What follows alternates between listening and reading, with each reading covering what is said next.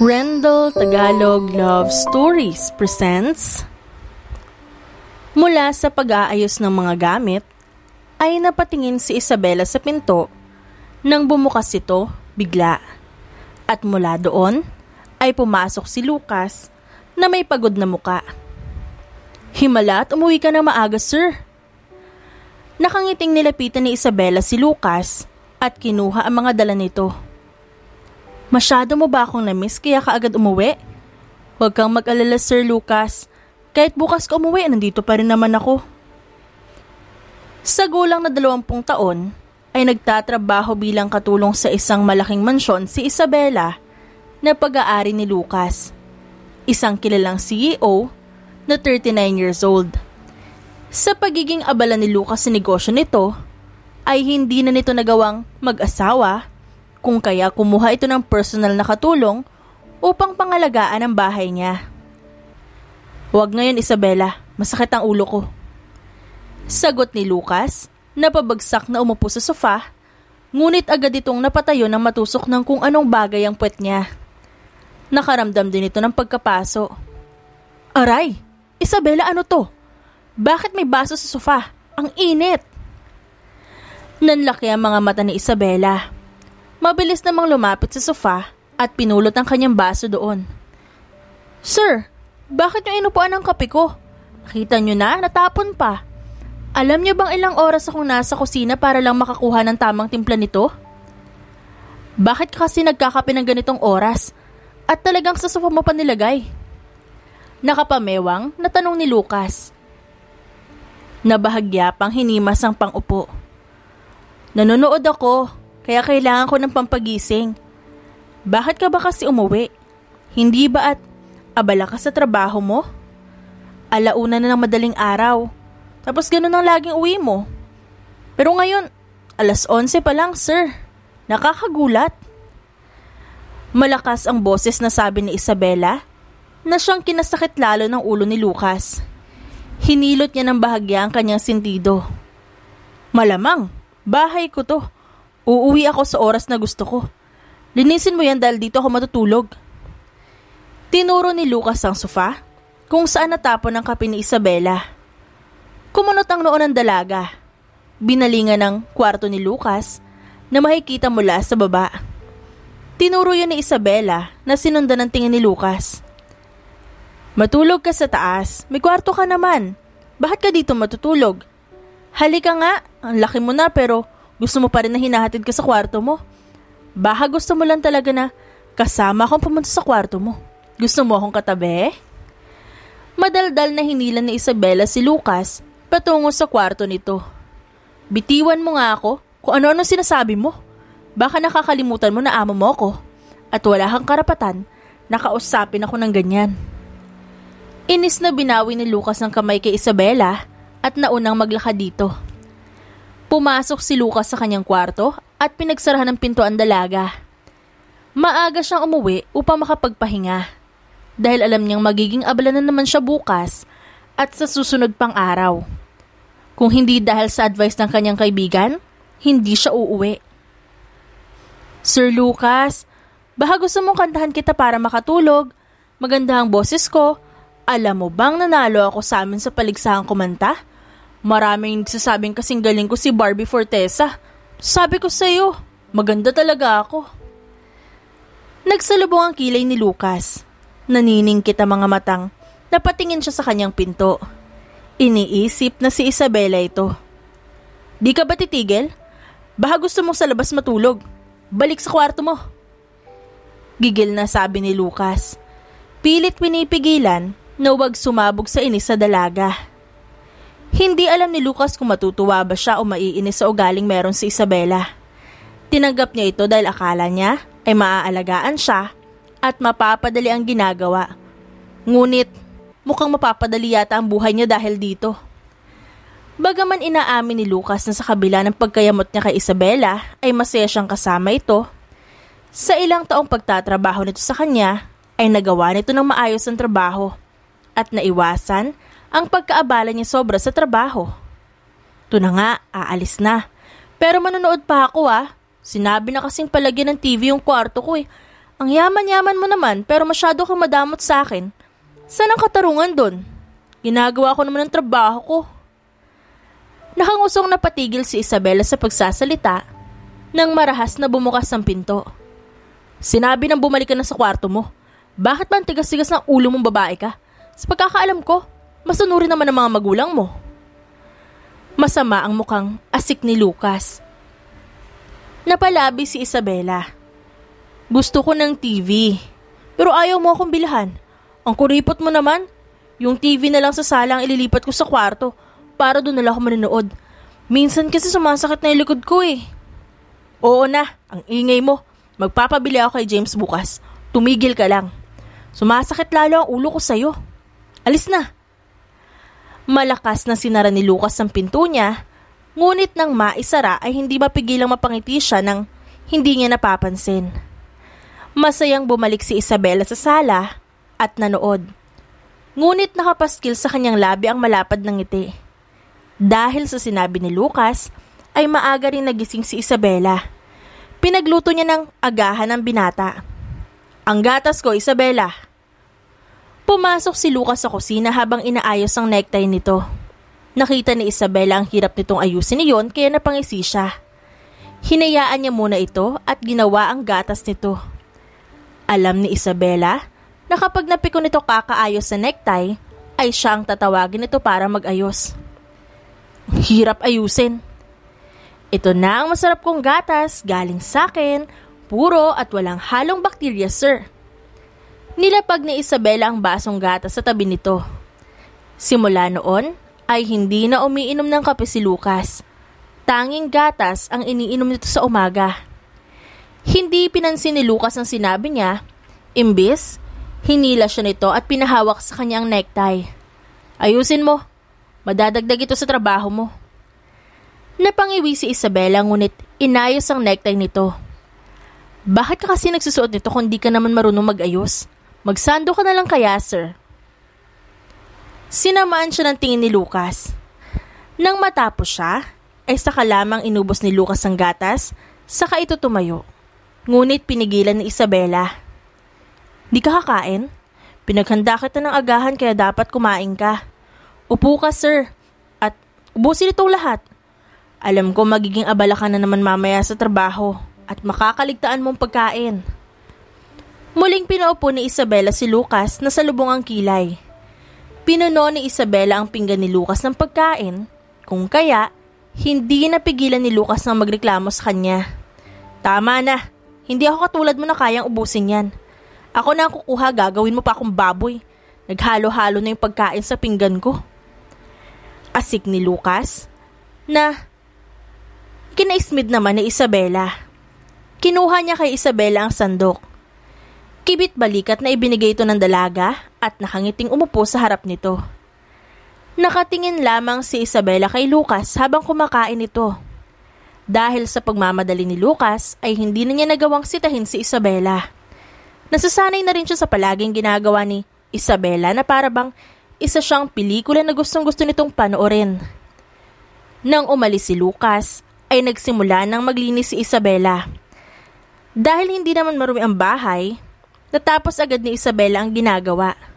Agad siyang nagluto para sa tanghalian.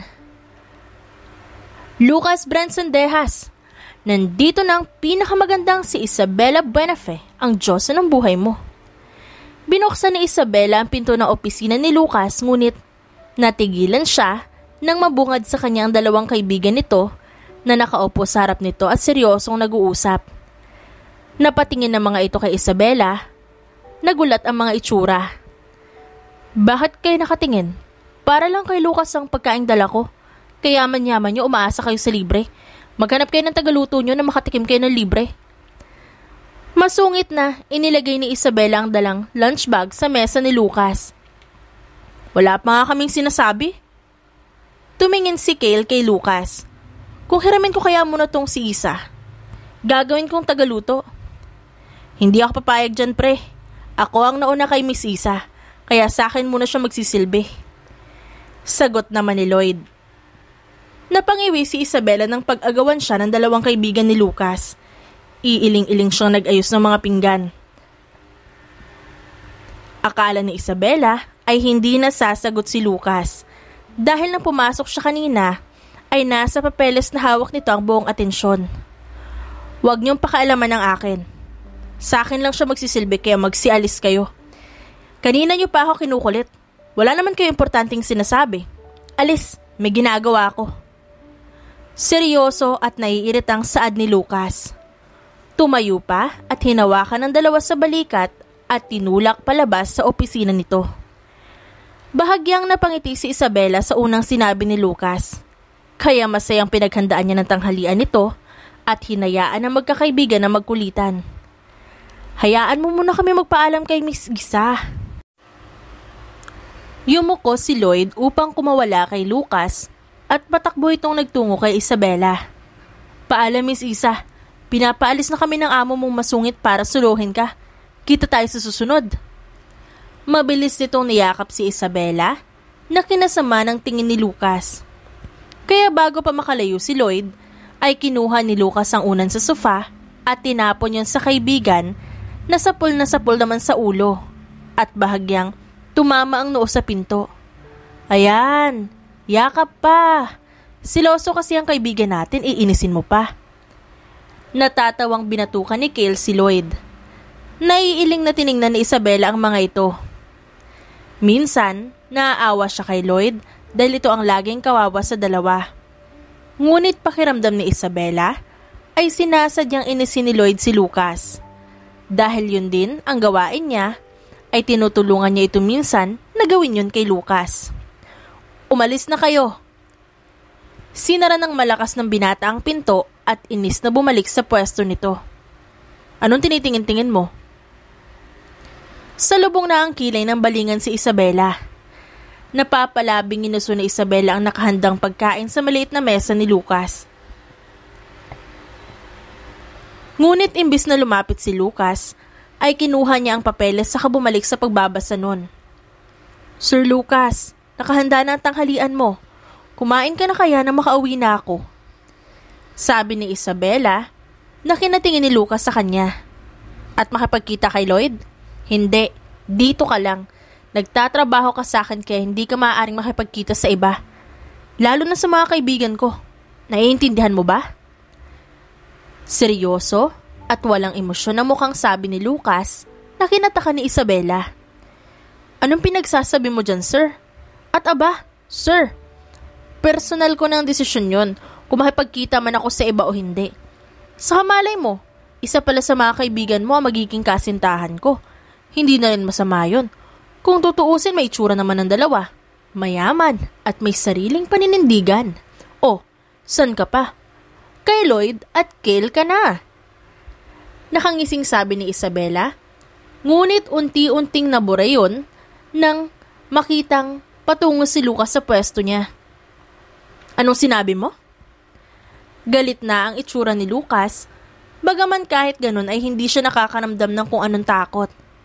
Namilog ang kanyang mga mata nang hapitin ni Lucas ang bewang niya palapit sa katawan nito. Matalim ang tingin sa kanya. Huwag mong susubukan, Isa. Hanggat nasa puder kita, sa akin lang ang buong atensyon mo.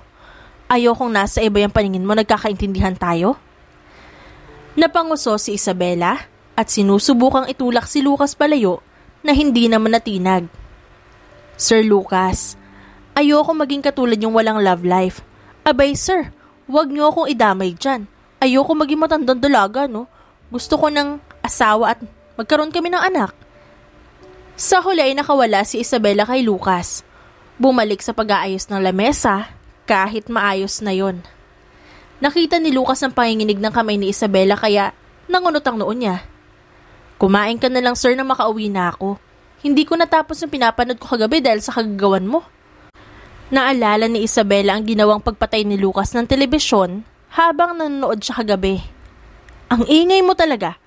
Hindi ka pa mabubuhay ng hindi na ititikom yung bibig mo kahit isang oras? O maaari, kapag nanatili ka rito sa opisina ko, ay itikom mo yan. Naririndi ako sa boses mo. Sabi ni Lucas na bumuntong hininga. Naupo sa upuang nasa tabi niya. Tumaas ang kilay ni Isabela nang tingnan ng binata. Naririndi ka? Nakaka-insulti ang sinabi mo, sir. Kilala ang boses ko sa malambing na tono. Nagustuhan nga ni Lloyd at Kayla ang boses. Hindi na naituloy ni Isabela ang dapat sabihin nang pabagsak na inilagay ni Lucas ang kubyerto sa lamesa. May gusto ka ba sa mga kaibigan ko? Kanina mo pa sinasabi ang pangalan nila. Ni hindi mo nga nasasambit ang pangalan ko nang walang sir. Tumayo si Lucas at sapilitan na pinaupo si Isabela sa harap niya. Kumuha na isang plato at nilagay sa harap ni Isabela. Kumain ka bago umalis. Ang payat mo. Baka sabihin ng iba, ginugutom kita. Patpatin. Hindi ako patpatin. Kapre ka. Mas payat ka pa nga sa akin eh. Kasing payat mo yung dating babae mo. Hindi ba at modelo yun? Ba't ganun ang katawan, sir? Pang-aasar ni Isabela, ngunit naupo rin sa harap ni Lucas. Sinamaan siya ng tingin ni Lucas ngunit sinawalang bahala lamang yun ni Isabela na ngayon nasa pagkain na ang atensyon. Ang totoo ay kaya siya nagutom dahil sa pagtakbo niya kanina upang habulit ang holdapper. Nakita ni Isabela na kinuha nito ang bag ng isang matanda kaya walang pag-aatubiling pinahawak ni Isabela ang lunchbag sa matanda at hinabol ang kumuha sa bag nito. Salamat, iha. Hindi ko inaasahan na tutulungan mo ko. Sa dami ng lalaki dito na nakakita sa nangyari, wala man lang ginawa. Ikaw nakararating lang, hinabol mo pa talaga. Kaya nagpapasalamat ako. Gusto kong suklian ang kabutihan mo sa akin. Sabihin mo lang sa akin ang gusto mo at ibibigay ko. Naalala niyang sinabi iyon ng matandang babae sa kanya. Ngunit hindi yun tinanggap ni Isabela. Nakangiti niyang niyakap ang matandang babae. Hinihiling ko pong mag-ingat kayo sa susunod kasi hindi natin alam kung may katulad ko pang tutulong kapag nangyari ulit yun. Pagkatapos nun ay nagpaalam si Isabela sa matanda. Saka dumiretso sa kumpanya ni Lucas na malapit lamang sa pinangyarihan. May mali ba sa pagkain? Nagtaka man ngunit seryosong tiningnan ni Lucas si Isabela. Bumaba ang tingin nito sa plato niyang pinaglalaroan na pala niya gamit ang kutsara. Kung ayaw mong kumain, ilagay mo na lamang dyan. Pasensya na, kakain na nga. Sungit mo naman, sir. May buwanang dalaw ka ba ngayon? Nakangising nagpatuloy si Isabela sa pagkain. Tinutuon ni Lucas ang sinabi niyang manatili roon si Isabela. Kaya habang abala si Lucas sa pagtatrabaho, nandoon naman si Isabela sa kwarto doon at nanonood lamang. Lalabas lamang siya kapag nagugutom. Ang sekretarya ni Lucas ang bumibili ng pagkain gusto niya dahil hindi siya hinahayaan ni Lucas na lumabas doon. Huwag mo akong linlangin. Alam ko makikipagkita ka kay Lloyd at hindi kita hahayaan. Sinabi ko nang sakin ka lang. Bumalik ka sa loob ng kwarto. Nakasimangot na sabi ni Lucas na kinaikot ng mga mata ni Isabela. Dahil sa lihim na pagkagusto ni Isabela kay Lucas, ay hindi niya napigilan ng sariling bigyan ng kahulugan ang sinabi nito. Sa'yo nga lang ako, sir. Kayo naman, inaangkin niyo naman ako. Huwag kayong ganyan, sir, ah. Marupok ako. Dinaan na lamang ni Isabela sa biro ang nararamdaman. Natigilan si Lucas. Salubong ang kilay na sinundan ng tingin si Isabela, ngunit maya-maya ay isang ngiti ang namutawi sa labi. Umayos ka nga, ang bigat mo. Gigil na sabi ni Lucas habang buhat si Isabela. Inaantok ako, Lucas. Wala sa sariling saad ni Isabela na halos pumikit na ang mga mata sa antok. Napahinto si Lucas sa akmang pagbukas ng pinto ng kwarto nang marinig ang tinawag sa kanya nito. Can you say that again? Anong tinawag mo sa akin? Pigil ang ngiting tanong ni Lucas ngunit hindi na sumagot pa si Isabela. Iiling-iling na binuksan ni Lucas ang pinto at dahan-dahang inilapag si Isabela sa kama nito. Tinitigan pa niya ito bago umalis. Tinawag mo nga ako sa pangalan ko ng walang sir, pero tulog ka naman. Sa susunod, siguraduhin kong ikaw mismo mag-aalis niya sa pangalan ko. Lumabas si Lucas sa kwarto at nagtungo sa kanyang sariling silid. Nagising si Isabela na wala na si Lucas sa kwarto nito. Kaya inaasahan niyang nasa opisina na ito. Mas maaga siyang nagising, ngunit mas maaga yata si Lucas para umalis. Nasisiguro ni Isabela na hindi yun nag-agahan. Kale, magandang umaga sa'yo, pero mas maganda ako sa umaga. nasa restaurant ka na ba ngayon? Si Kale ay may-ari ng malaki at sikat na restaurant malapit sa kumpanya ni Lucas. Sa katunayan, ay ang kumpanya nilang magkakaibigan ay magkakatabi lang. Sa lahat ng bansa o lugar, ay magkakatabi lang ang tatlo. Napatawa si Kale, tumango kahit hindi naman yun nakikita ni Isabela. Oo, may inaasikaso ako. Ano nga tin? May kailangan ka ba? Ano yun? At taos puso kong ibibigay sa'yo kahit puso ko at pagmamahal ko ay walang pag-aalinlangan kong ibibigay sa'yo. Napangiwi si Isabela. Masasabi mo pa kaya yan kapag sinabi kong dahil kay Lucas kaya ako napatawag? Nilapag niya ang cellphone sa lamesa at nagtimpla ng kape. Natahimik si Kale hanggang sa bahagya itong umubo. Ano nga ulit ang kailangan mo, Isa? Bilisan mo at may ginagawa ako. Pilit ang pagsusungit nito sa kanya. Hindi napigilan ni Isabela na matawa. Takot ka na niyan? Pero tumawag talaga ako kasi magpapadeliver sana ako ng pagkain ni Lucas. Hindi yun kumain nung umalis kanina. Sige, dadalhin ko ngayon. Doon naman ang punta ko. Sagot ni Kale. Dahil dadalhin mo naman doon, baka pwede mong ipaubos sa kanya. Itatapon ko kamo mga damit niya rito kung mag-iinarte siya. Hindi siya babae para mag-inarte. Kaya huwag siyang magkakamali. Picturean mo at ipasa sa akin kung naubos niya. Sige na, maglilinis pa ako. Aniya? Saka pinatay ang tawag. Nagsimulang maglinis si Isabela.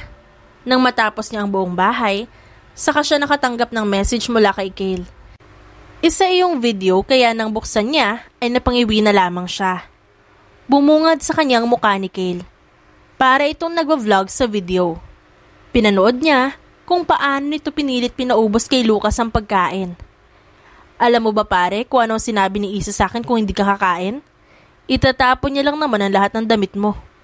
Isasama niya rin pati mga koleksyon mo ng relo doon. Nang hindi natinag si Lucas sa video, ay bumuntong hininga muna si Kale saka umupo sa harap nito. Huwag kang maarte, daig mo pang babae dyan. Mabuti pa daw si Lloyd kumakain kapag sinabihan. Kapag hindi ka pa kumain, makikipag-date si Isa kay Lloyd. Mula sa video ay nakita ni Isabela na natigilan si Lucas. Ang pagbabago ng ekspresyon nito ay malayang nakita niya dahil nakatutok lamang dito ang kamera.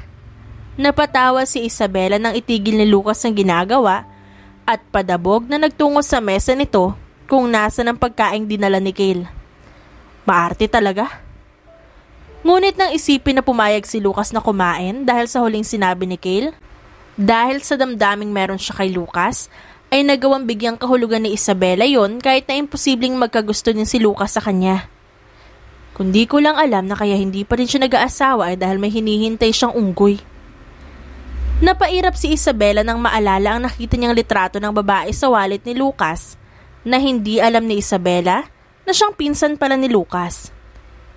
Iha, nagkita na naman tayo.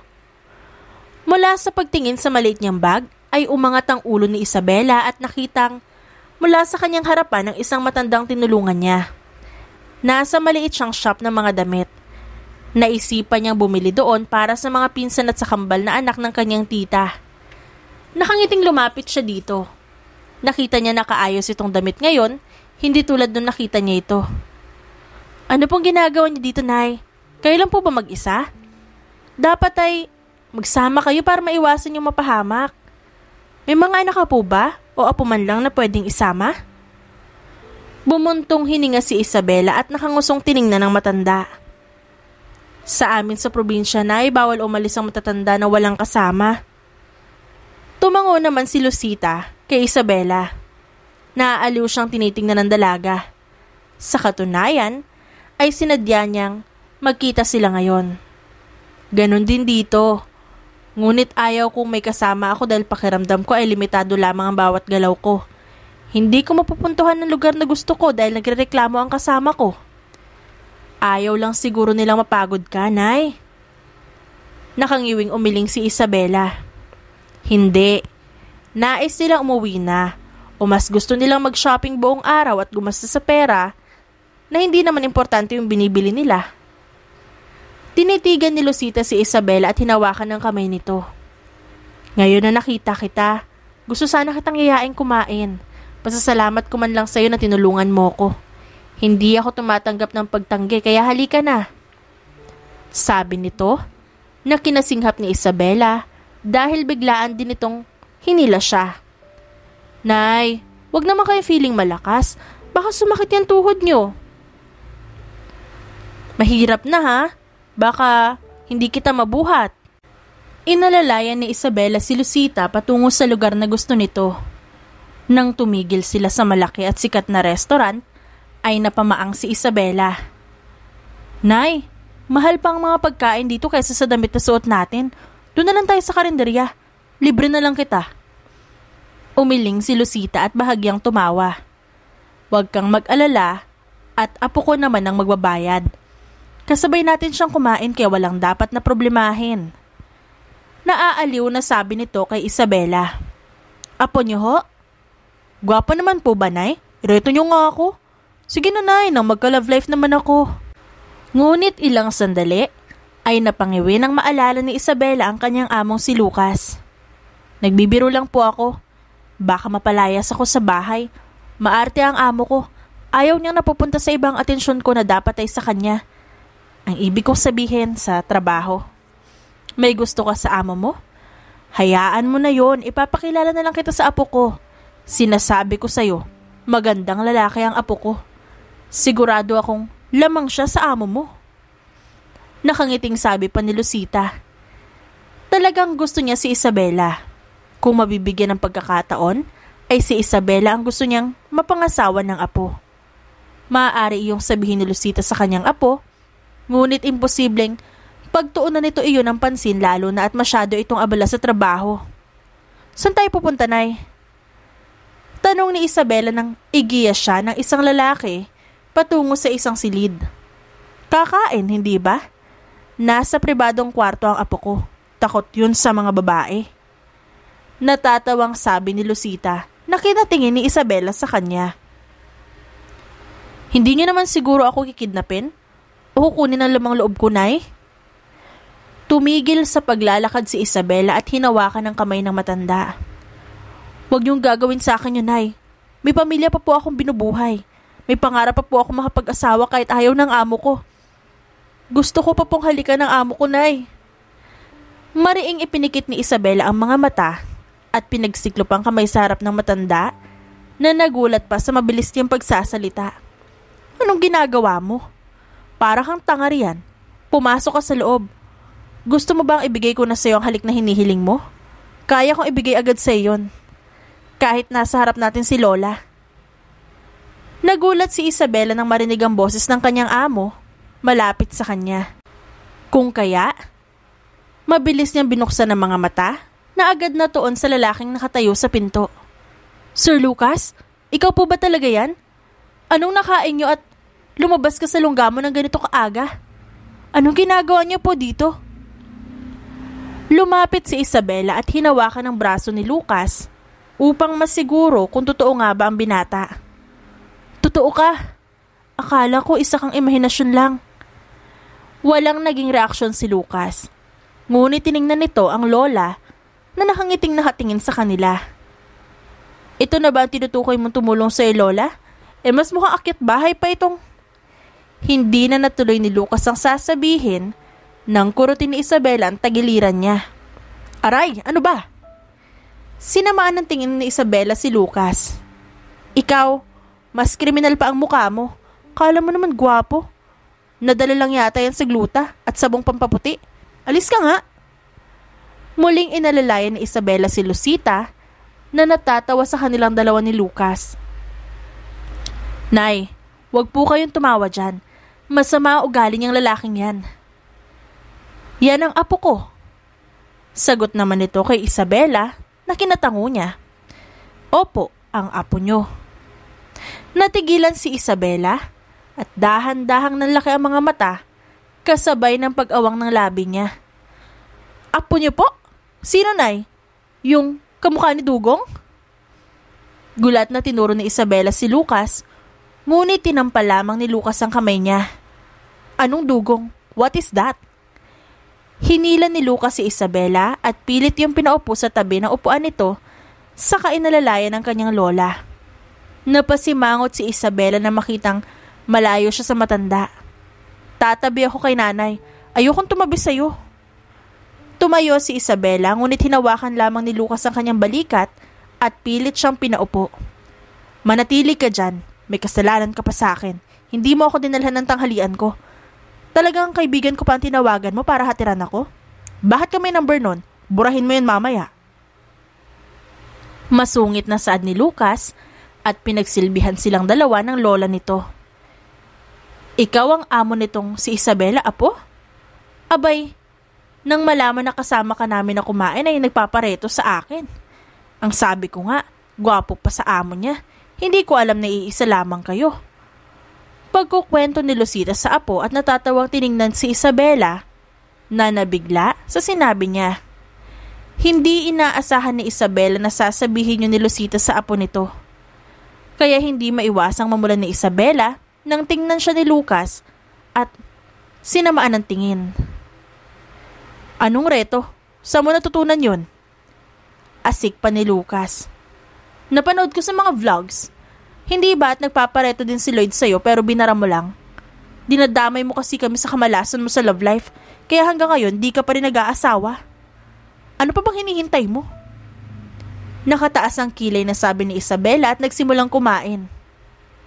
Ikaw, bakit? Handa ka na ba? Sabihin mo lang at gagawan ko ng paraan. Tila nabulunan si Isabela na sumagot ito. Nagulat si Lucita na agad naman binigay sa kanya ang tubig.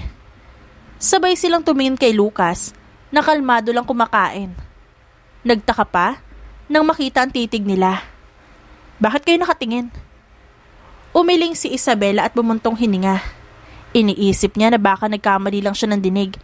Kaya kahit na imposible, dahil sabay pa silang natigilan ni Lucita. Napagtanto ko lang na pangit ka pa lang talaga kaya walang nagkakamaling lapitan at magtapat sa'yo. Sabi ni Isabela at muling kumain. Nasa isipin ni Isabela hanggang sa matapos. Pigil ang ngiti niya sa bawat subo ng pagkain. Paulit-ulit man niyang itatak sa isip na nagkamali lamang siya ng pandinig, ay napapalitan yun ng kasiguraduhan, lalo na at nakasimangot na nakatingin si Lucas sa kanya. Iiwas ito kapag kikindatan niya, ngunit babalik muli ilang minuto. Kindat ka ng kindat, may sakit ka ba? Abnormal. Hindi na naiwasan magsalita ni Lucas nang lumabas ang lola niya para magbanyo, kasama ang personal assistant nito na nagtatago lang pala kapag nagkikita sila ni Isabela. Dinilaan ni Isabela si Lucas, masaya sa naging reaksyon nito. Sus sir, gustong-gusto mo kaya na kinikindatan kita. May paiwas-iwas ka pang nalalaman, titingin ka naman ulit. Baka magustuhan mo na ako sir ah. May hirapat akong kunin ng loob ni Nanay Lucita. Nagsalubong ang kilay ni Lucas. Hindi na kailangan. Alam kong hindi niya ako magugustuhan dahil katulong mo lang ako. Kaya nga sir, diretso kasal na lang tayo. Gulatin natin pamilya mo. Tumatawang saad ni Isabela, saka siya muling kinindatan. Baliw, ubusin mo na nga yung pagkain mo. Supladong kumuha ng tissue si Lucas at hinarap ni Isabela. Tumingin ka nga dito. Nang hindi niya ginawa, dahil sa ginawang pagsubo, ay nagulat si Isabela nang hawakan ni Lucas ang ilalim ng upuan niya at hinila yun palapit dito. Hinawakan pa ang hita ni Isabela upang iharap sa kanya. Kunot ang noong pinunasan ni Lucas ang gilid ng labi ni Isabela. Kalat mong kumain, ayusin mo nga, para kang bata. Napangisi si Isabela matapos punasan ni Lucas ang gilid ng labi niya. Sir, may tatanong ako sa'yo. Sagutin mo ng maayos ha, seryoso to. Pilit pinapaseryoso ni Isabela ang muka at tinitigan si Lucas. Ano ba ang English ng bata? Naguguluhan kasi talaga ako. Hindi makapaniwalang tiningnan siya ni Lucas. Hindi mo alam? Kala ko ba nag-aral ka sa inyo? With high honors ka pa niyan? Hinampas siya ni Isabela sa braso. Sagutin mo na lang kasi, sir. Bumuntong hininga naman si Lucas at tiningnan siya. Baby, sabi ni Lucas. Lumapad ang ngiti ni Isabela. Nilapit niya ang katawan kay Lucas. Ah? Gusto mong baby na lang ang tawagan natin? Gusto ko yan, baby. Uwi na tayo. Baby, hindi na ako galit. Malakas na tumawa si Isabela pagkatapos kasabay nun ang pagpasok muli ni Lucita na nagtataka sa itsura ng apo. Anong nangyayari? Nawala lang ako saglit, naglalambingan na kayo. Pang-aasar nito sa dalawa. Naglalambingan ba kami sa lagay nito, Lola? Nakasimangot na sinamaan ni Lucas ng tingin si Isabela, ngunit hindi lingid sa kaalaman nito na nakikita ng dalawang babae ang pamumula ng tenga nito. It's either nahihiya o kinikilig lamang ito. Kaya hanggang sa ihatid ni Isabela ang lola ni Lucas sa sasakyan nito, ay hindi mawala ang kanilang ngiti habang nakatingin sa binata. Hindi may pagkakailang masaya si Lucita nang kasama silang dalawa ni Isabela. At Lucas, lalo na, at nakita nito na nagkakamabutihan na palang dalawa. Madali na lamang sa kanya na kumbinsi ng apo na pakasalan si Isabela. Mag-iingat kay Lucas, sinasabi ko sa iyo, huwag mong pababayaan si Isabela.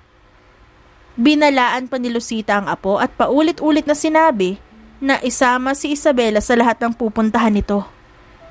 Sa susunod nating pagkikita, ay may magbago na. Sana. Makahulugang sabi nito kay Lucas na agad naintindihan ang ibig sabihin nito pero hindi ng dalaga. Ano ang ibig sabihin ni nanay? Lumapit si Isabela kay Lucas. Pero nakakagulat, sir. Lola mo pala yun? Sa tagal ko nagtatrabaho sa'yo, di ko alam na may lola ka. Hindi ko din kasi siya nakikitang dumadalaw sa'yo. Sinulyapan siya ni Lucas at naglakad patungo sa sasakyan nito. Agad na sumunod si Isabela.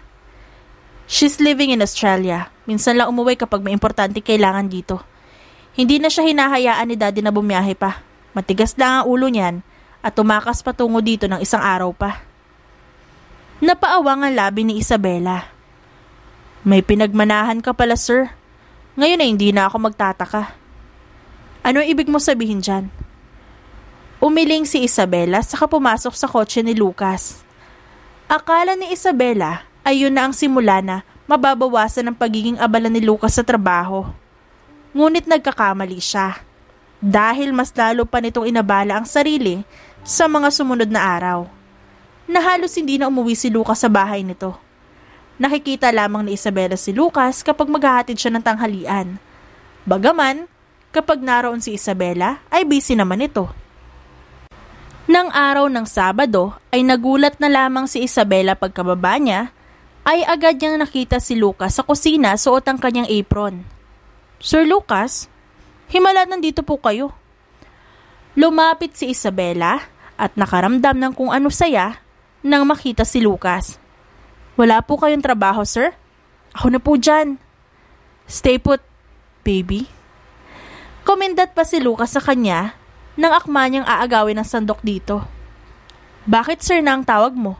Hindi ba't ang sabi mo, baby ang tawagan natin? Nakangising bumalik ito sa pagluluto at iniwan siyang nakanga doon. Tumaas ang kilay ni Isabela. Nakuha ang gustong ipahiwatig ni Lucas. Gusto nitong inisin siya ngunit matatalo kaya siya ni Lucas sa asaran? Lalo na at yun ang forte niya. At yun ang papel niya sa buhay ni Lucas. Ang lagi itong asarin at sirain ang araw nito. Nakalimutan ko, baby. Pasensya na. Nasanay kasi akong tawagin kang sir. Malambing na sabi ni Isabela at yumakap pa kay Lucas na halos matuod sa kinatatayuan nito sa pagkabigla sa ginawa niya. Huwag ka magtampo, baby. Babawi na lang ako mamayang gabi. Napalayo si Lucas kay Isabela sa narinig. Anong pinagsasabi mo dyan? Layo nga, ang baho mo, di ka pa naliligo. Wala sa sariling inamoy ni Isabela ang kanyang sarili at pinaikutan ng mata si Lucas. Hindi naman. Bakit? Inaamoy mo ko? Manyakis ka talaga, sir. Makaalis na nga at ayusin ang sarili ko. Baka sakaling mahulog pa ang loob mo sa kagandahan ko. Paasik na tura ni Isabela at tinalikuran si Lucas. Magsabon ka ng mabuti at ubusing ibuhos ang pabango sa sarili mo. Baka sakaling maubos ang amoy mo. Magsabon ka ng mabuti At magpabango ka para naman hindi ka mukhang mabaho. Pasigaw na tugon naman ni Lucas sa papalayong dalaga. Sira ulo. Kinikilig na sabi ni Isabela at ginawa ang sinabi ni Lucas. Bakit basa pa ang leeg mo? Lumapit si Lucas at kinuha ang tuwalya niya, akmang pupunasan nang maamoy ito. Sandali, pabango mo ba to? Kinuha ni Lucas ang kamay ni Isabela at yun ang ginamit upang hawakan ang leeg nito sa inamoy ang kamay. Bakit?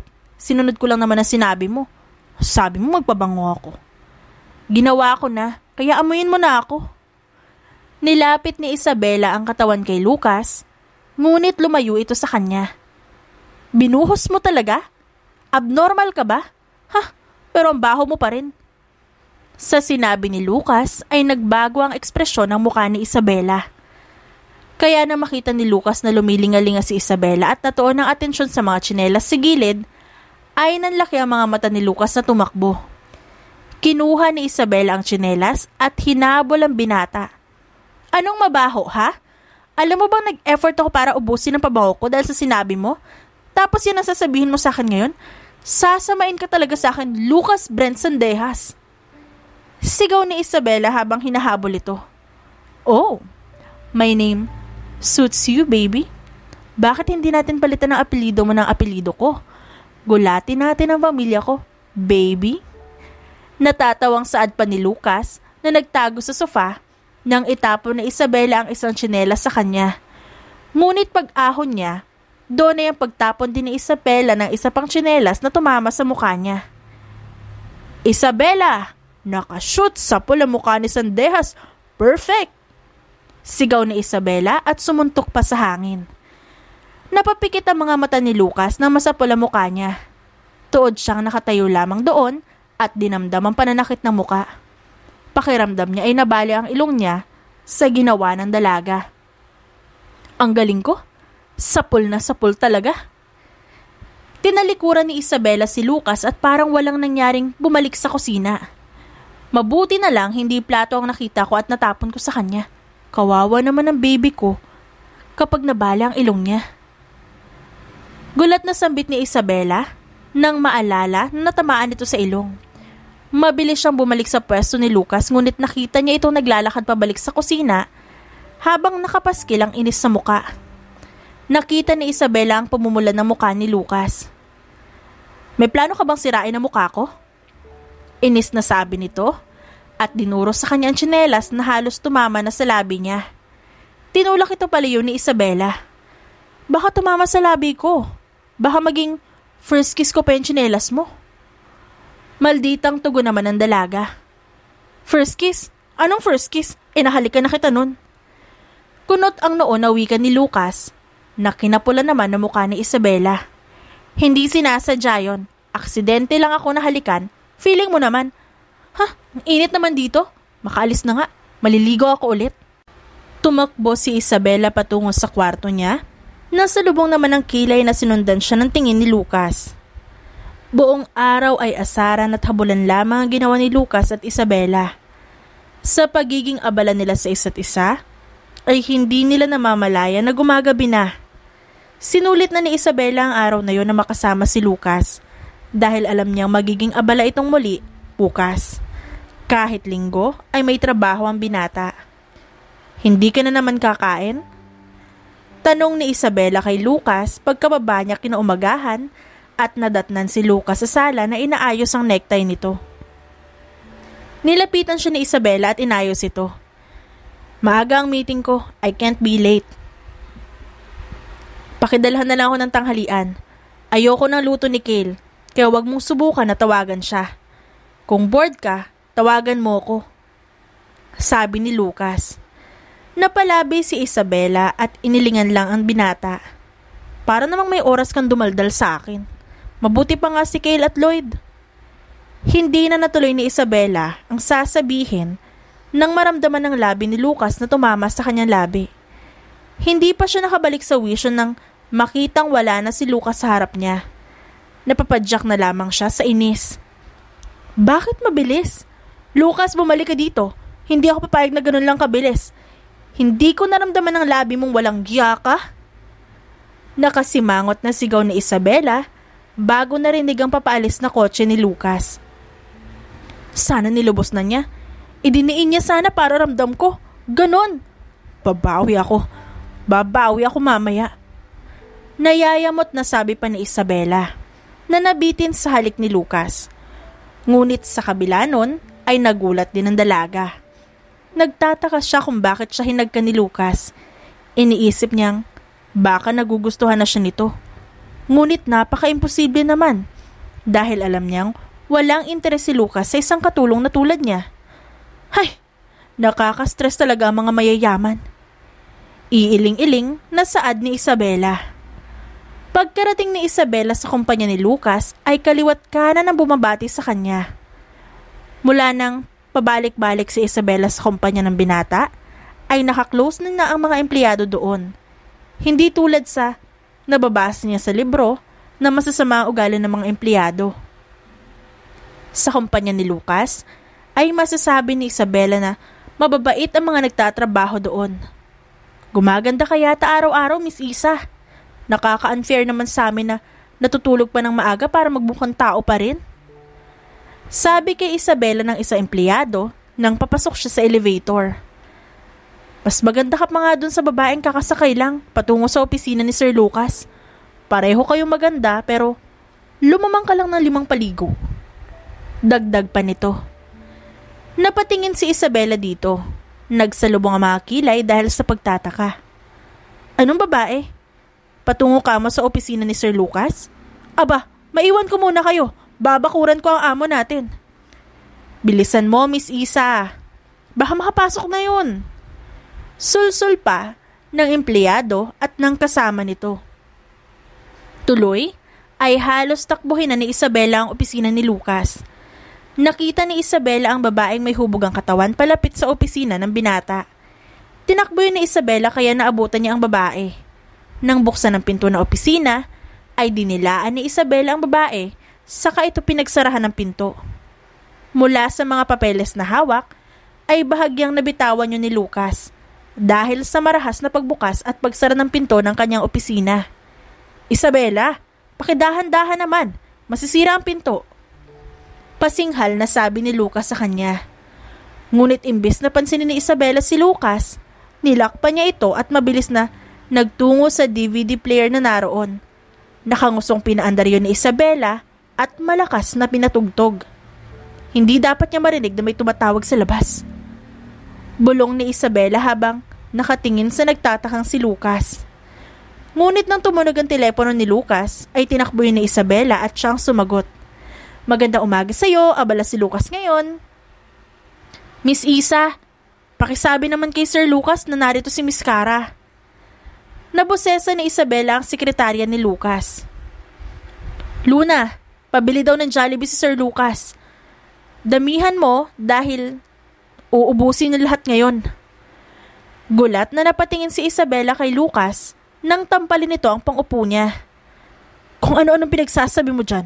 Anong Jollibee? Allergy ako sa pagkain nila. Masungit pa na sabi ng binata na para bang walang ginawa sa kanya. Kinuha ni Isabela ang folder sa mesa ni Lucas at hinampas ito sa ulo ng amo. Huwag mo kong susubukan. Baka ituloy ko ang ginawa mo kanina sa bahay. Umirap si Isabela at bumalik sa pakikipag-usap kay Luna. Pakisabi sobrang abala si Sir Lucas. Hindi siya tumatanggap ng bisita ngayon. Sige na, yung Jollibee huwag mong kalilimutan.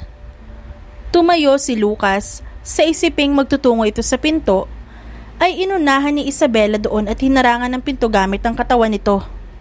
Sa lubong ang kilay, natiningnan siya ni Lucas na makalapit sa mesa kung nasaan ang dinala niyang tanghalian nito. Nababaliw ka na ba? Patayin mo yung music. Tinuro ni Lucas ang DVD player na agad namang naintindihan ni Isabela. Bago pumunta roon, ay sumili pa si Isabela sa labas upang masigurong wala na roon ng babae. Kumain ka na dyan. Uuwi ako pagkatapos. Doon lamang nakaramdam si Isabela ng pagod sa ginawa niyang pagtakbo kanina. Naupo siya sa sofa at pinagkrus ang parehong braso. Ba't ko ba ginawa yun? Kung tutuusin, ay bagay naman sila. Parehong mayaman, parehong may itsura, at higit sa lahat, nasa iisang mundo lang sila. Masakit man para kay Isabela ang isiping yon, ay hindi niya maiwasang ikumpara ang sarili kay Kara. Kinakausap mo na naman ang sarili mo? May problema ba? Napansin ni Lucas ang pagiging balisa ni Isabela kaya tinabihan niya ito. Gulat na napalayo si Isabela at natatarantang tumayo at tiningnan si Lucas. May aasikasuhin pa pala ako, Sir Lucas. Dahil hindi ka pa tapos, ikaw na lang ang magdala muna niyan, sir. Sige po.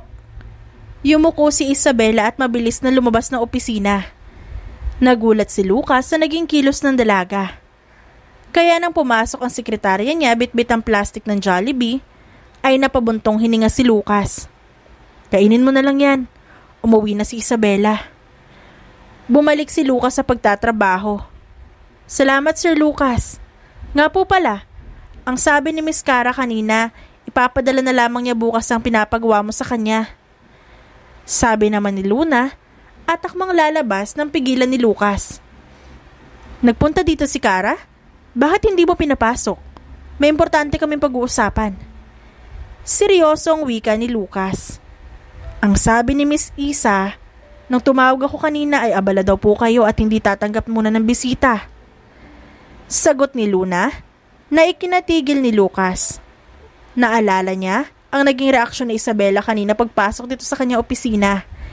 Yun ba ang dahilan ng malakas niyang pagpapatugtog ng musika at paglock ng pinto? Hindi maiwasang mapangisi ni Lucas na isiping nagsiselo si Isabela kay Kara. Ngunit nang kumprontahin ni Lucas si Isabela sa bahay, ay napapansin niya ang pag-iwas ni Isabela sa kanya. Kung lalapit man siya, ay gagawa ito ng paraan para iwasan siya.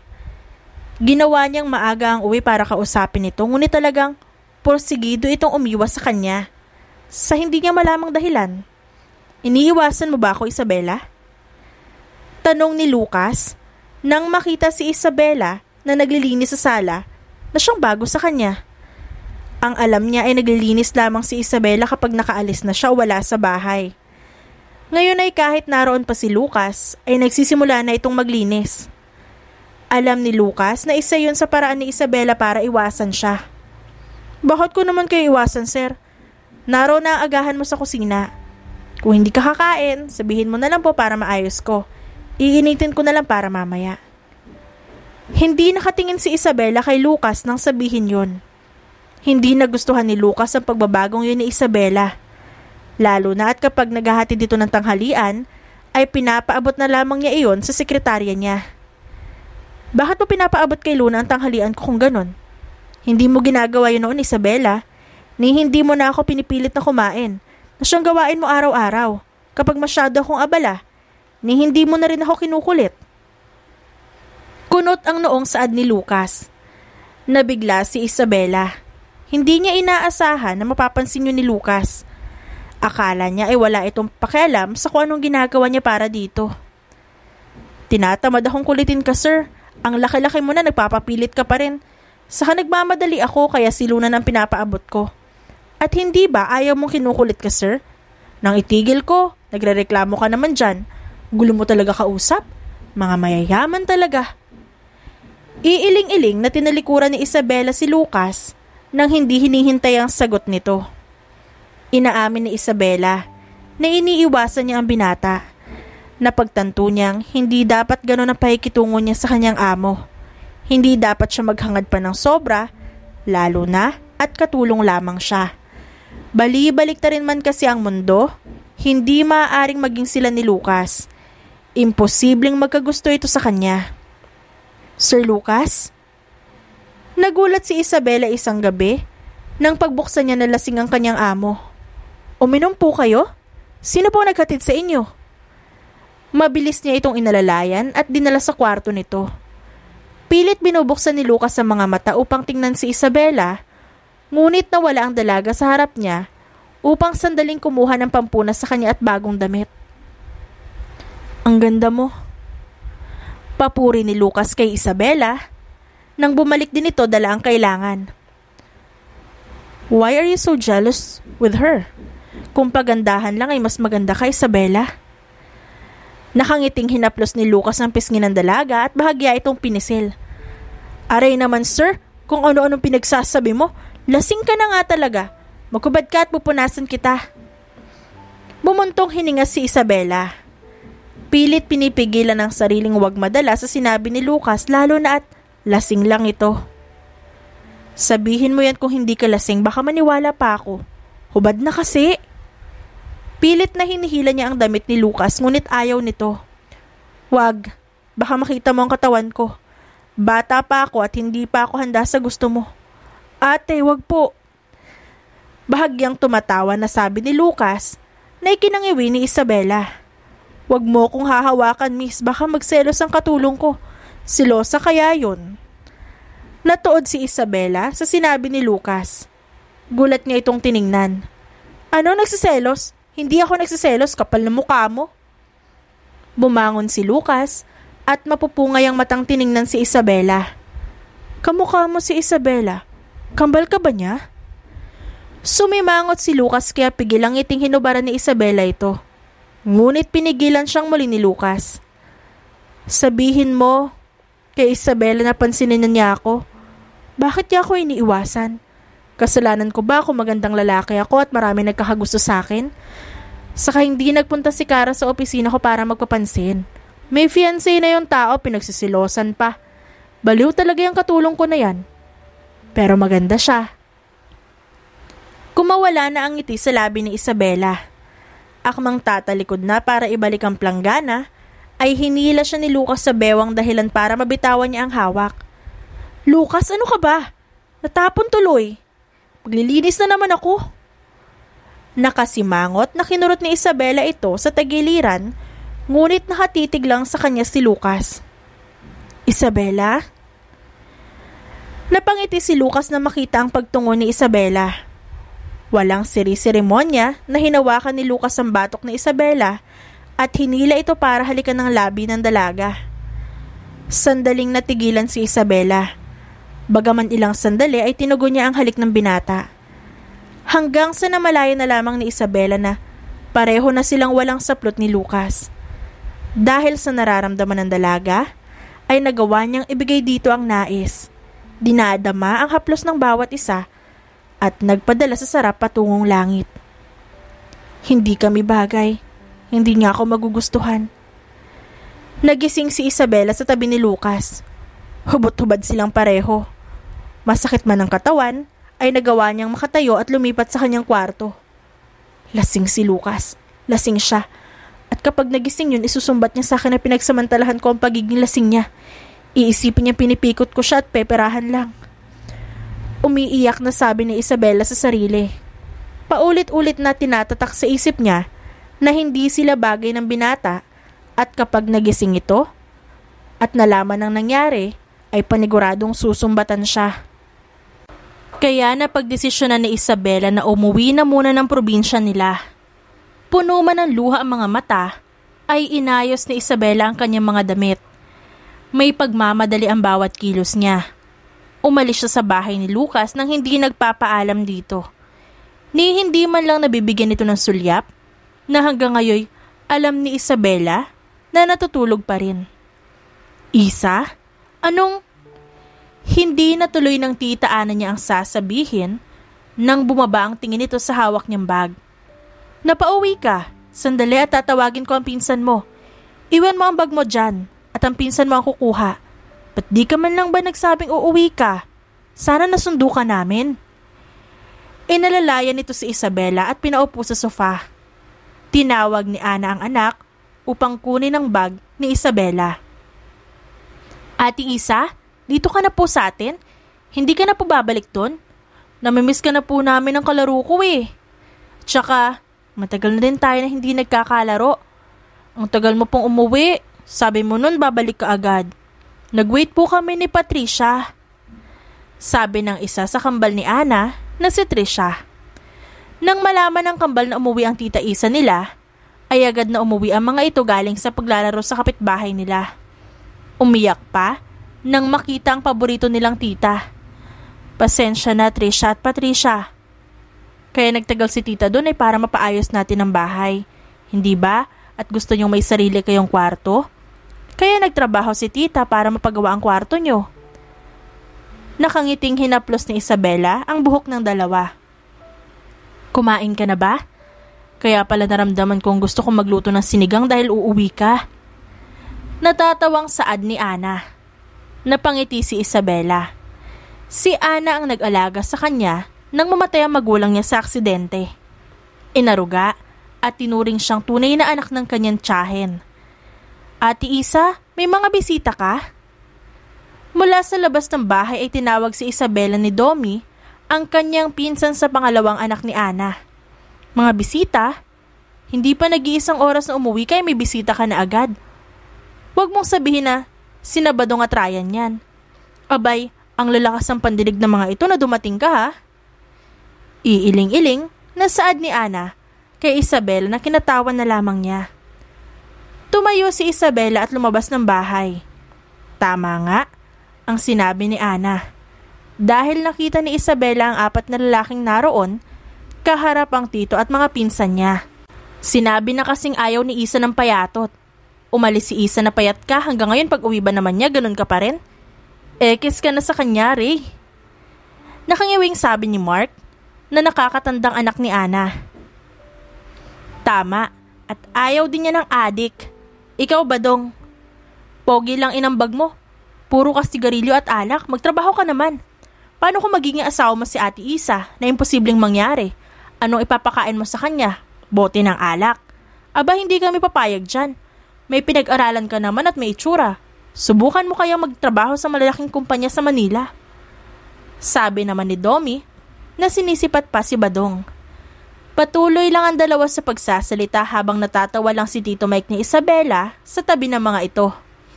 Ngunit alam ni Isabela na ganoon din ang sasabihin ng tito niya kung wala daw ng 2 anak nito. Habang si Lucas ay nagising na masakit ang kanyang ulo, namulatan niya ang sariling walang saplot. Kumunot ang noon niya at pilit inalala ang nangyari kagabi.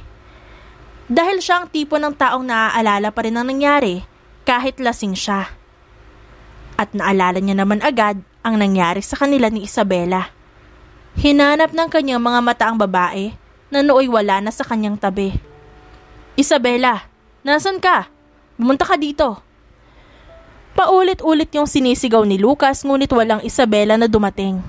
Kaya tumayo siya at hinanap ito. Nakaramdam siya ng takot nang hindi niya ito nakita kahit anino nito sa loob ng bahay niya. Nasaktan siya at nanlumo nang buksan ang aparador ni Isabela at nakitang wala iyong laman. Hanapin niyo si Isabela. Alamin niyo kung saan siya nagtungo. 1 oras lang ang ibibigay ko para mahanap niyo siya. Kapag wala kayong maibigay na impormasyon, ay simulan niyo nang ayusin ang mga gamit niyo. Agad pinatay ni Lucas ang tawag, saka nag-ayos upang hanapin ang dalaga. Hindi siya papayag na tatakbuhan lamang siya ni Isabela pagkatapos may mangyari sa kanila. Paano kung may mabuo? Sumimangot si Lucas.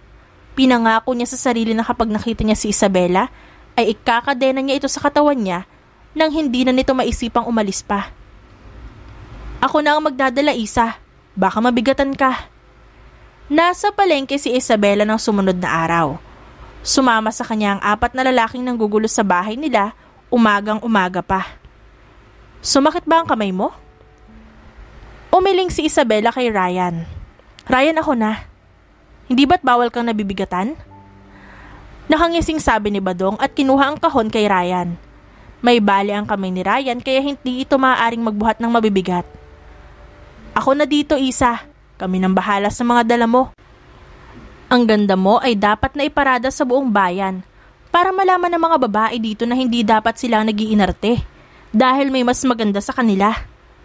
Sabi ni Chris. Anong ipaparada? Marami na tayong kaagaw niyan. Lato na nga kayong kaagaw ko, dadagdagan mo pa. Nakangusong sabi ni Ray. Bumuntong hininga na lamang si Isabela at nanguna sa paglalakad. Dahil nasa cellphone niyang hawak ang kanyang atensyon, ay hindi niya napansin ang isang lalaki na sa kanyang harapan. Muntik nang mawala ng balanse nang pumalibot ang braso nito sa bewang ni Isabela. Hindi ka ba tinuruan kung paano maglakad? Tinuro ba sa school mo noon na mag-cellphone habang naglalakad? Natigilan si Isabela nang marinig ang baritonong boses ni Lucas. Napatingala siya. Nanlalaki ang matang tiningnan si Lucas. Anong ginagawa mo dito? Hinapit ni Lucas ang bewang ni Isabela nang sulyapan ng mga lalaking nasa likuran nito. Bumaba ang tingin niya kay Isabela. Pinatakan ng halik ang ilong ng dalaga. Nandito ako para sunduin ka. Pero bago yon, mag-uusap muna tayo kung bakit ka umalis pagkatapos na nangyari sa atin. Asik ni Lucas at sinamaan siya ng tingin. Lalong nanlaki ang mga mata ni Isabela. Gulat na lumingalinga sa paligid, saka kinurot ang tagiliran ni Lucas. Manahimik ka, baka may makarinig sa'yo. Bitawan mo nga muna ako. At saka, wala na tayong dapat pag-usapan. Kumawala si Isabela ngunit ayaw siyang bitiwan ni Lucas. Lucas nga, bitiwan mo kasi ako. Masyado kang malapit. Singhal ni Isabela. Hoy, bitawan mo nga si Isa. Sigaw ni Badong at akmang lalapit ang mga ito sa kanila nang lumabas ang mga tauhan ni Lucas at hinarang sila. Mag-uusap tayo, halika. Hinila si Isabela ni Lucas patungo sa bahay nila. Agad nakita ni Isabela ang tita at tito niya na nakangiting nakatingin sa kanila. Tita Ana, hihiramin ko lang po. Tumango si Ana dito na kinahulog ng panga ni Isabela. Tita, pigilan mo po siya. Ayokong sumama sa dugong na to. Sigaw ni Isabela. Dinala ni Lucas si Isabela sa likod bahay nila. May kubo doon at tambayan ng mga pinsan niya. Ngunit ngayon ay wala ang mga ito. Seryoso ang mukhang hinawakan ni Lucas ang bewang ni Isabela at binuhat siya paupo sa mesa doon. Binuka ang hita niya at doon ang malagi sa kanyang gitna. Nanlaki ang matang tiningnan niya ang braso ni Lucas sa magkabilang gilid niya. Bahagya pa siyang namula dahil sa posisyon nilang dalawa. Lucas, ano ba? Umayos ka nga. Tinulak niya ang dibdib nito, ngunit hindi natinag si Lucas. Bakit ka umalis? Bakit mo ko iniwan? Hindi pa ba sapat ang pag-iwas mo sa akin sa loob ng 3 linggo para umalis ka? Malungkot na tanong ni Lucas na kinatigil ni Isabela. Nakita niya ang lungkot at sakit sa mga mata ni Lucas na pinagtaka niya. Ano ngayon sa'yo, Lucas? Bakit big deal sa'yo ang pag-iwas at pag-alis ko? Bakit kailangan mo pa akong sundan dito at gawin to? Huwag mo akong paasahin sa bagay na imposible na mangyari. Hindi ako ba to para hindi masaktan? Galit na turan ni Isabela. Masaktan? Bakit ka masasaktan, Isabela? Sabihin mo sa akin. Ano ang ibig sabihin? Natahimik si Lucas nang hampasin siya ni Isabela. Hindi mo pa ba nahahalata, Lucas? Na mahal kita? Ganyan ka ba kamanhid para hindi maramdaman yon? Ilang taon ko nang pinaparamdam sa'yo pero hindi mo pa rin nahahalata. Ang manhid mo. Halos manlaki ang mga mata ni Isabela nang sunggaban ni Lucas ang kanyang labi pagkatapos niyang magsalita. Wala sa sariling sinabayan yun ni Isabela. Pinalibot ang braso sa leeg ni Lucas at pinalalim ang halikan nilang dalawa. Hinihingal na sila na naglayo ang kanilang mga labi. Hindi mo pa rin ba nahahalata na mahal din kita? Pinapakita ko naman sa'yo araw-araw. Pero bakit hindi mo rin yun ramdam? At talagang iniwanan mo pa ako? Sinasaktan mo ang damdamin ko, babe. Malambing na hinaplos ni Lucas ang labi ni Isabela na kinaawang naman ito. Hindi makapaniwala si Isabela sa narinig mula kay Lucas. Pakiramdam niya ay tumalo ng puso niya, palabas sa katawan niya, nang marinig mula dito na mahal siya ni Lucas. Masaya man, ay hindi mapigilan ni Isabela na mapaluha. Umalis ako dahil natatakot ako, Lucas. Natatakot ako na baka pagising mo, sumbatan mo ko na pinagsamantalahan ko ang pagiging lasing mo para pikutin ka o gamitin yun para pagkapirahan ka. Isang katulong lang ako, Lucas. Posible na yun na iisipin yung mga mayayaman. Isa sa dahilan na yung insecurities na nararamdaman ko sa sarili ko. Ang daming magagandang babae na nagkakagusto sa'yo. Umamin pa ang ilan sa sikat na TV show para mapansin mo. Ang ilan ay pinagawan ka ng kung anong mamahaling bagay na hindi ko kayang gawin at ibigay sa'yo. Umiling si Lucas. Hindi mo kailangan ibigay. Dahil kailangan ko nun, Isa. Hindi importante sa akin ang material na bagay. Dahil ang mahalaga ay ang tunay mong nararamdaman at ang pagiging totoo mo sa sarili mo. Anong gagawin ko sa mamahaling bagay na binibigay nila kung walang pagmamahal akong nararamdaman para sa kanila? And babe, you are the most beautiful girl I ever met. Walang mas gaganda pa sa'yo, maliban sa magiging anak natin. Madamdamin at nakangiting wika ni Lucas. Kikiligin na sana si Isabela nang marinig ang huling sinabi nito. Anong anak? Umaamin ka palang anak na agad ang nasa isip mo? Hinaplos ni Lucas ang tiyan niya na kinabigla niya. Wala pa bang laman to? Sa pagkakaakala ko ay walang tapon yun. Nang maintindihan ni Isabela ang ibig nitong sabihin, ay agad niya itong binatukan. Walang ya! 2 araw pa lang may nangyari sa atin. Anong tingin mo? Mabubuntis agad ako? Ayoko pa. Niwala pa nga tayong relasyon. Wala. May nangyari na sa atin pero wala pa rin. You are my girlfriend now. Supladong saad ni Lucas ngunit hindi nagpatalo si Isabela. Hindi pwede. Magiging girlfriend mo lang ako kapag napatigil mo na ang 4 na yun kakasunod sa akin at kakapunta sa bahay. Pinag-cross ni Isabela ang braso at tinaasan ng kilay si Lucas. Napanguso si Lucas at umirap sa kanya. Bakit hindi ikaw magsabi? Manliligaw mo yon. Hindi ako nagpapaligaw sa kanila, no? Saka sinabihan ko na sila na tigilan nila ako dahil wala silang mapapala sa akin. Pero matitigas ang ulo nila. Kibit balikat na saad ni Isabela. Tumango si Lucas at siniksik ang muka sa liig ng dalaga. Pinalibot pa nito ang braso sa bewang ni Isabela. Kapag napatigil ko ba sila, sasama ka na sa akin pabalik? Bumuntong hininga si Isabela at hinaplos ang buhok nito. Bahagyang tumango pa. Depende. Maaaring oo, maaaring hindi. Paalam ka muna kay tita at tito. Pumayag na sila. Nagpaalam na ako kanina. Pumayag sila, tapos sabi nila, desisyon mo pa rin naman ang mahalaga. Dahil magiging akin ka naman. Sasama ka sa akin, syempre. Malaki ang kumpiyansa nito sa sarili, kaya napatawa si Isabela. Doon natulog si Lucas sa bahay nila at hindi maiwasang may mangyari muli sa kanila, lalo na at magkatabi silang matulog. Ngunit kinaumagahan ay wala si Lucas sa tabi niya. Suot na niya ang sariling damit niya na siguradong sinuotan siya ni Lucas bago lumabas. Ano, ayaw niyo pa rin? Sige, 3 milyon bawat isa sa inyo, tigilan niyo lang ang fiancé ko. Seryosong saad ni Lucas habang kaharap ang 4 na lalaking nanggugulo kay Isabela. Nagkatinginan pa ang mga ito. Unang lumapit si Ray at Chris. Sige, titigilan na namin siya. Malaking pera na to, mabubuhay ko ng pamilya ko dito. Sabi pa ni Ray na sinang-ayunan ni Chris.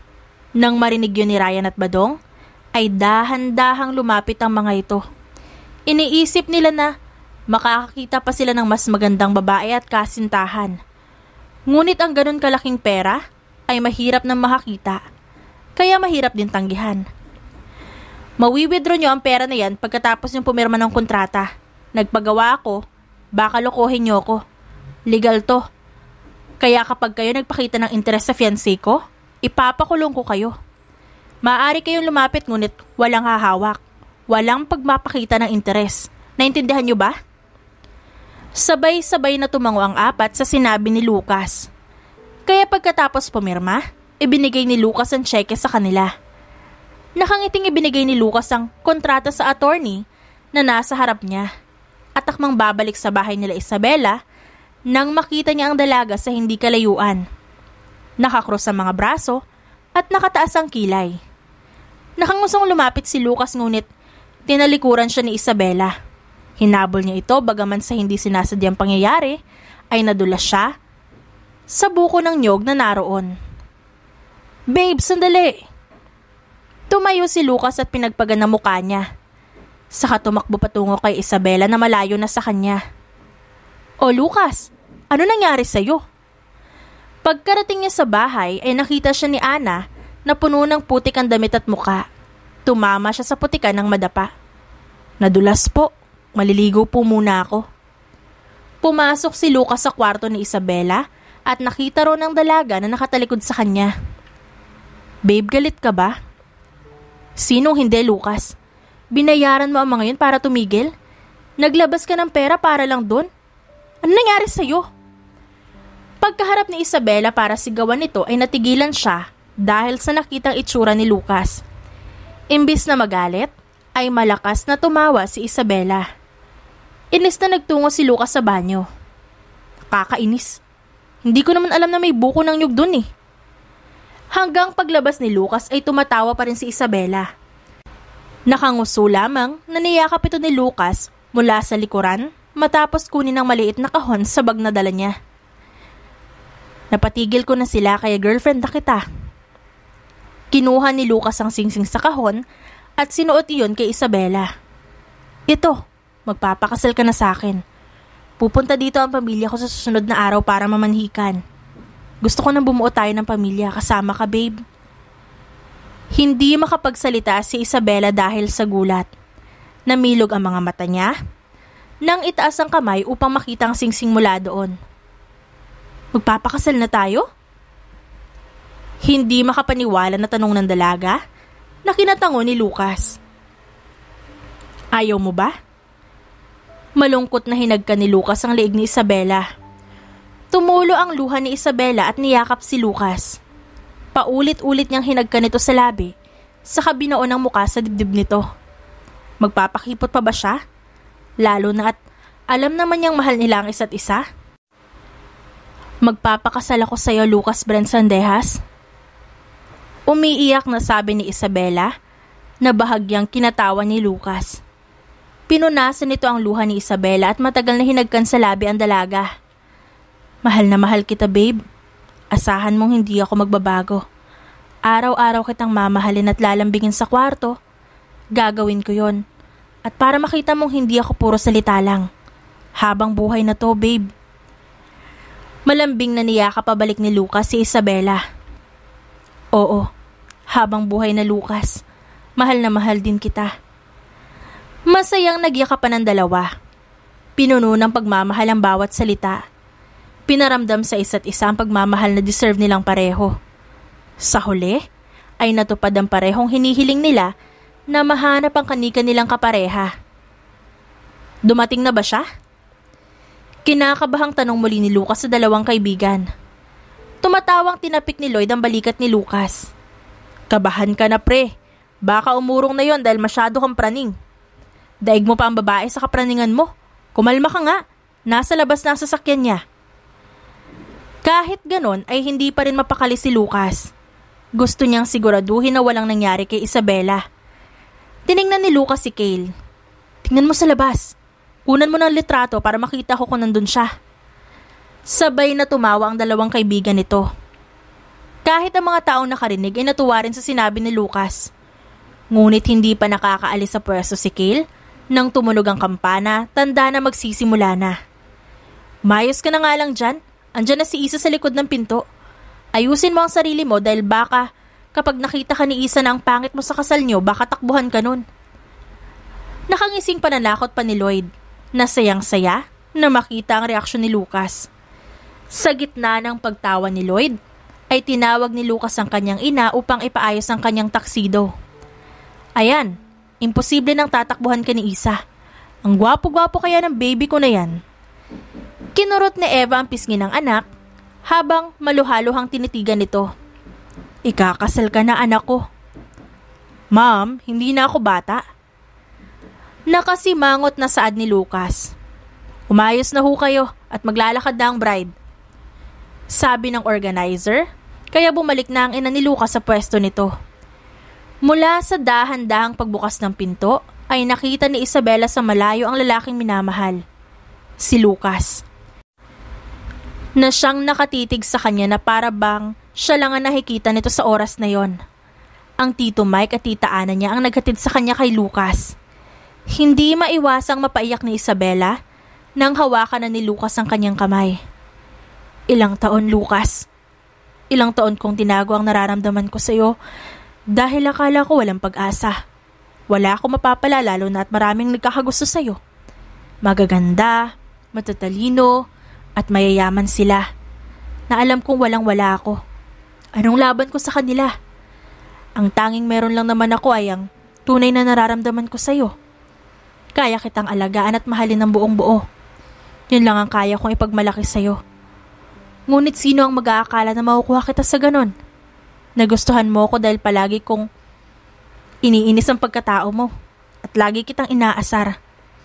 Alam kong stress ka na sa akin, ngunit dahil mahal mo ko, nagagawa mo akong intindihin. Napagtanto kong patay na patay ka pala talaga sa akin at ganon din ako sa'yo.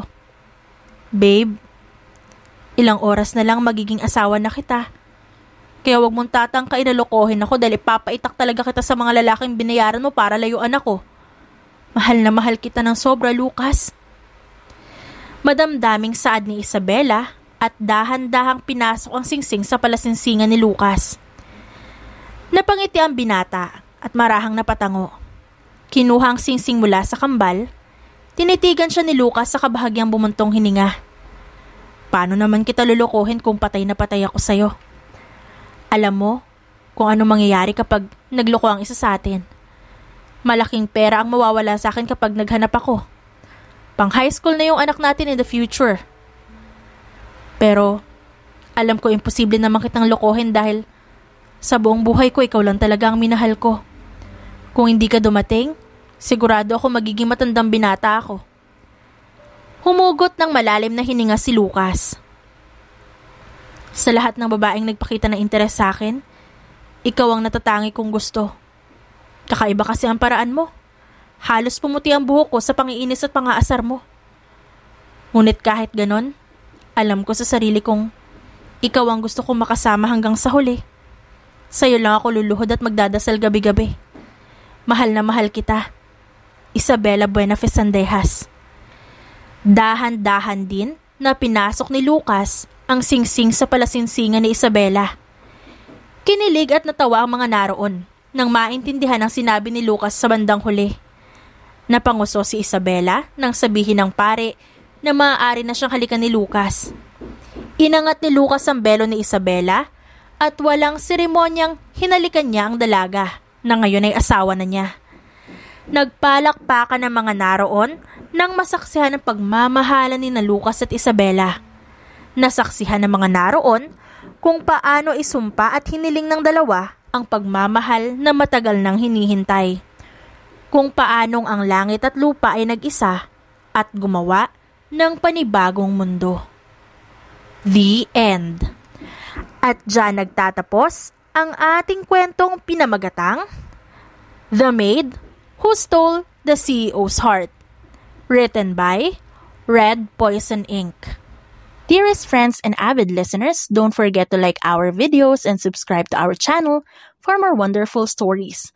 Mula sa aming main channel, Randall Tagalog Love Stories, and for our second channel, Miss R Stories, lubos po naming pinasasalamatan ang inyong suporta at pagtangkilik sa aming mga likang istorya. Ingat po kayong lahat and have a good day everyone. Paalam!